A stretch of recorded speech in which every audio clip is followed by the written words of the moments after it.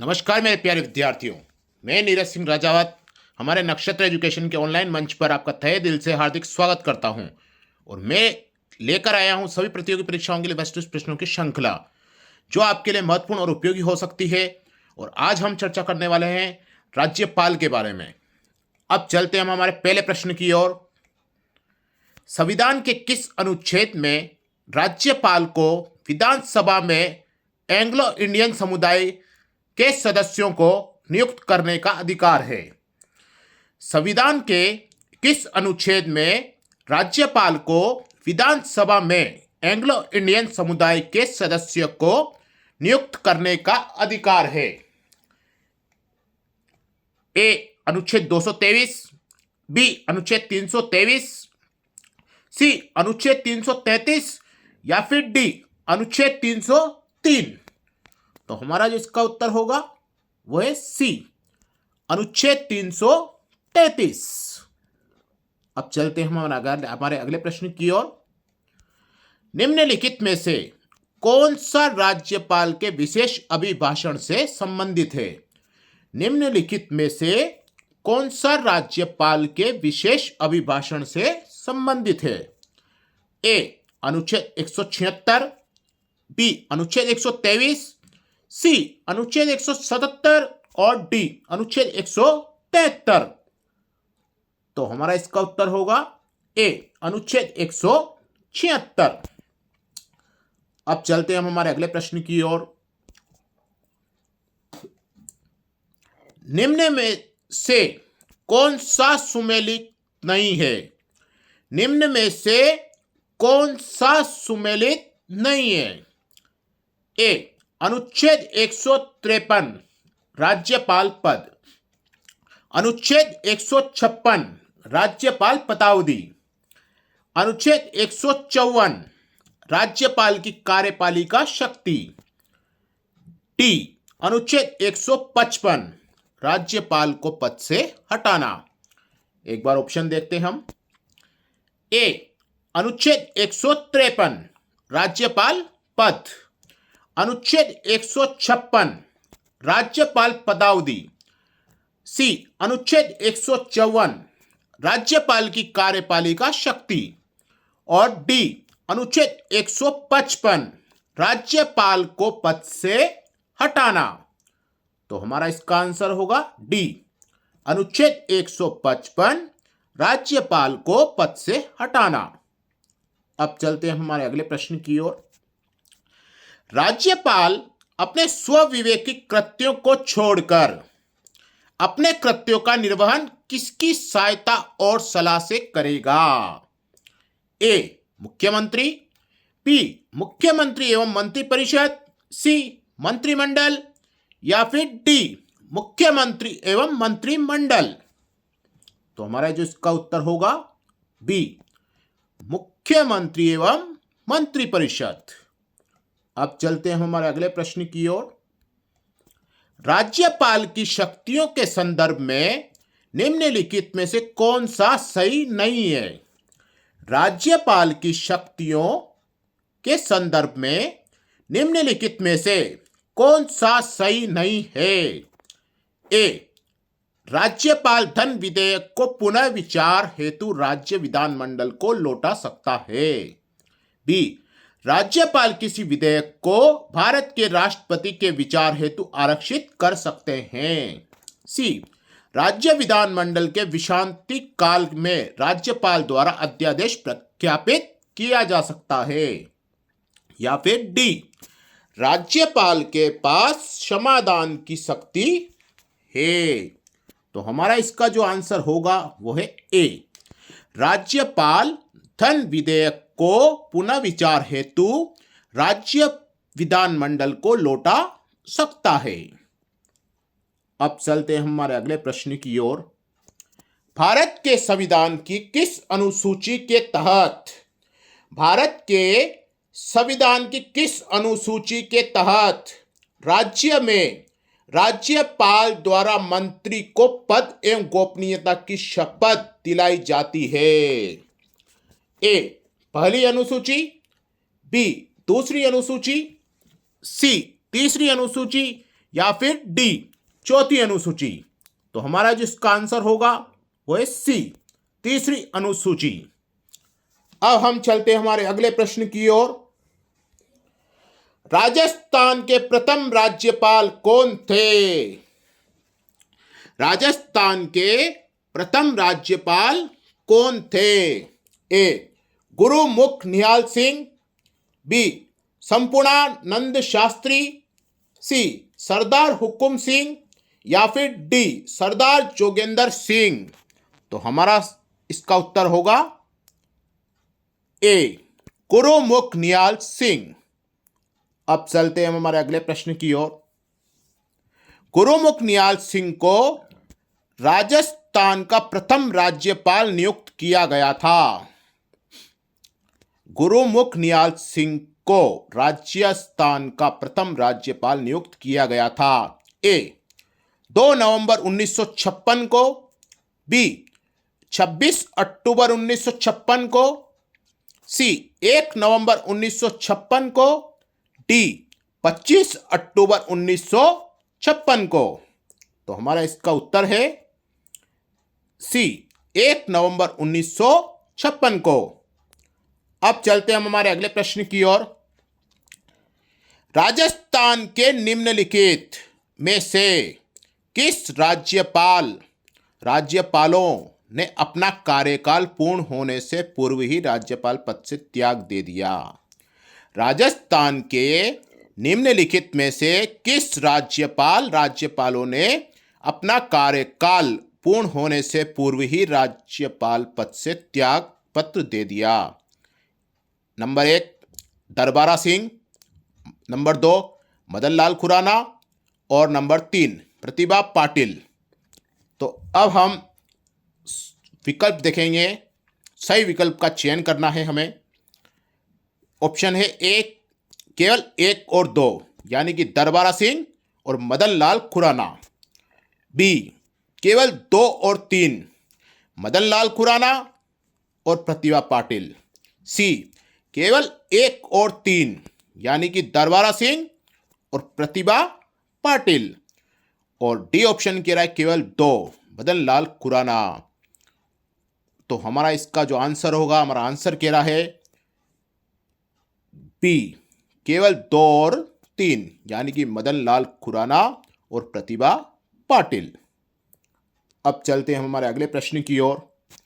राजस्थान की प्रथम महिला राज्यपाल कौन थी? राजस्थान की प्रथम महिला राज्यपाल कौन थी? ए श्रीमती गायत्री देवी, बी श्रीमती सुमित्रा सिंह, सी श्रीमती प्रतिभा पाटिल, या फिर श्रीमती गिरिजा व्यास। तो हमारा इसका जो आंसर है वो है सी श्रीमती प्रतिभा पाटिल। अब चलते हैं हम हमारे अगले प्रश्न की ओर। निम्नलिखित में से कौन सरकार के राज्यपाल के द्वारा नियुक्त नहीं होता है? निम्नलिखित में से कौन सरकार के राज्यपाल के द्वारा नियुक्त नहीं होता है? ए राजस्थान का मुख्यमंत्री, बी राजस्थान उच्च न्यायालय का न्यायाधीश, सी राजस्थान लोक सेवा आयोग का सदस्य, और डी राजस्थान मानवाधिकार आयोग का सदस्य। हमारा इसका उत्तर होगा बी यानी कि राजस्थान उच्च न्यायालय का न्यायाधीश।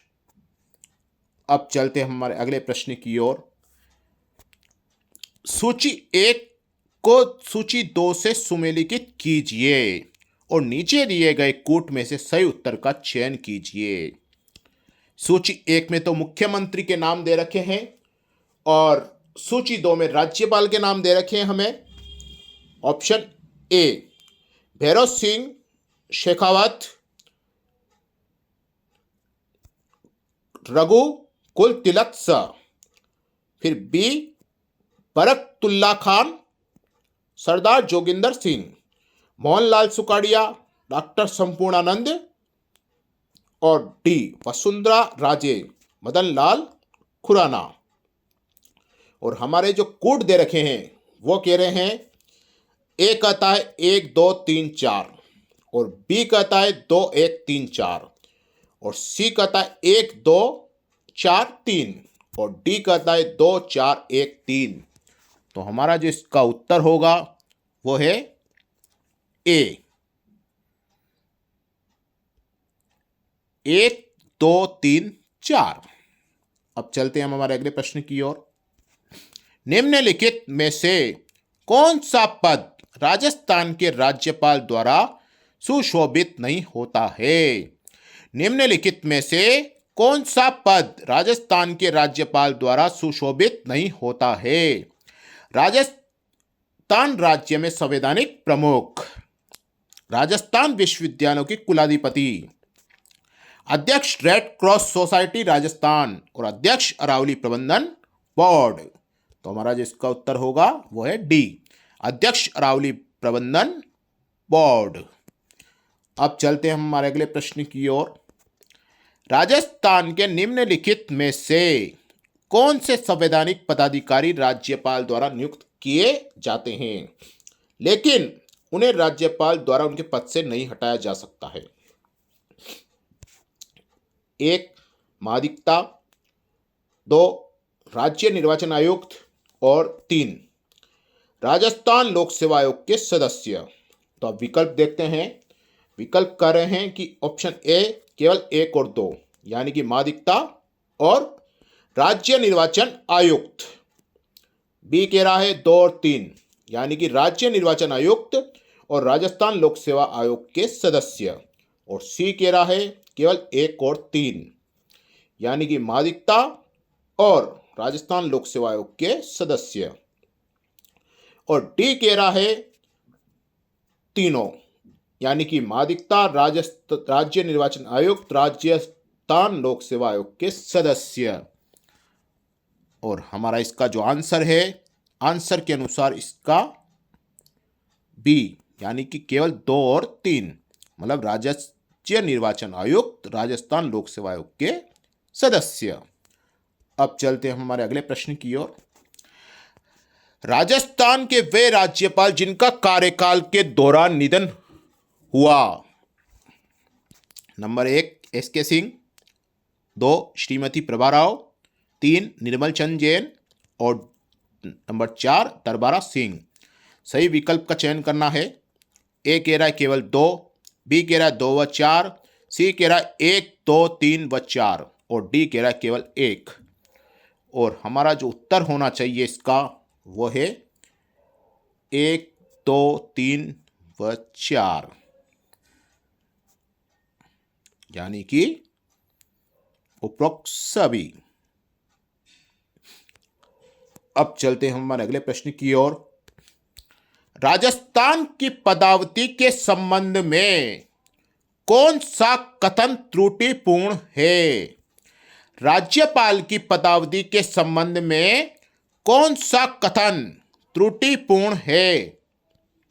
ए उसका कार्यकाल 5 वर्ष होता है, बी वह राष्ट्रपति के प्रसाद पर्यंत अपने पद पर बना रहता है, सी अपने उत्तराधिकारी के पद धारण तक वह अपने पद पर बना रहता है, और डी उसे महाभियोग द्वारा पदच्युत किया जाता है। तो हमारा इसका आंसर है डी। अब चलते हैं हम हमारे अगले प्रश्न की ओर। निम्नांकित में से कौन सी राज्यपाल के पद के लिए शर्तें हैं? नंबर 1 वह भारत का नागरिक है, नंबर 2 वह संसद के किसी सदन का या किसी राज्य के विधानमंडल के किसी सदन का सदस्य नहीं होगा, नंबर 3 वह अन्य कोई लाभ का पद धारण नहीं करेगा, और नंबर 4 वह 35 वर्ष की आयु पूरी कर चुका हो। ऑप्शन क्या कह रहे हैं देखें, जो सही विकल्प हमें चुनना है। ए केवल 1 और 4, बी केवल 2 और 3, सी केवल 1 2 और 3 और डी 1 2 3 4 यानी कि ये सारी राज्यपाल के लिए शर्तें अनिवार्य है। तो इसका मतलब इसका उत्तर होगा नंबर 4 यानी कि डी 1, 2, 3 और 4। अब चलते हैं हमारे अगले प्रश्न की ओर। निम्न में से कौन सा अनुच्छेद प्रावधान युग्म गलत है? ए, अनुच्छेद 161 राज्यपाल की क्षमादान की शक्ति। बी, अनुच्छेद 167 मुख्यमंत्री के कर्तव्य। सी, अनुच्छेद 213 अध्यादेश प्रख्यापित करने की राज्यपाल की शक्ति। और अनुच्छेद 165 राज्यपाल का विशेष अभिभाषण। तो हमारा जिसका उत्तर होगा वह है डी, अनुच्छेद 165 राज्यपाल का विशेष अभिभाषण। अब चलते हैं हम हमारे अगले प्रश्न की ओर। कथनों को ध्यान पूर्वक पढ़िए। राज्यपाल यह घोषित करेगा कि वह विधेयक को राष्ट्रपति के विचार के लिए आरक्षित रखता है। अनुच्छेद 200। राष्ट्रपति राज्यपाल को यह निर्देश दिया गया कि वह विधेयक को सदन से लौटा दे। अनुच्छेद 201। अब कथन पढ़ते हैं हम। केवल एक कथन एक सही है। बी, केवल 2 कथन सही है। सी, 1 एवं 2 दोनों कथन सही है। और डी, 1 एवं 2 दोनों कथन गलत है। तो हमारा जो इसका उत्तर है वो है सी, 1 और 2 दोनों कथन सही है। अब चलते हैं हम हमारे अगले और अंतिम प्रश्न की ओर। राज्यपाल अपना त्यागपत्र संबोधित करता है। ए, राष्ट्रपति को। बी, प्रधानमंत्री को। सी, संघ के गृह मंत्री को। या फिर डी, उच्च न्यायालय के मुख्य न्यायमूर्ति को। एक बार ऑप्शन देखते हैं। ए, राष्ट्रपति को। बी, प्रधानमंत्री को। सी, संघ के गृह मंत्री को। या फिर डी, उच्च न्यायालय के मुख्य न्यायमूर्ति को। तो हमारा इसका जो उत्तर होगा वो है ए, राष्ट्रपति को। ये थी आज की प्रश्नों की श्रृंखला। हम फिर मिलेंगे अगले कल नए टॉपिक के साथ।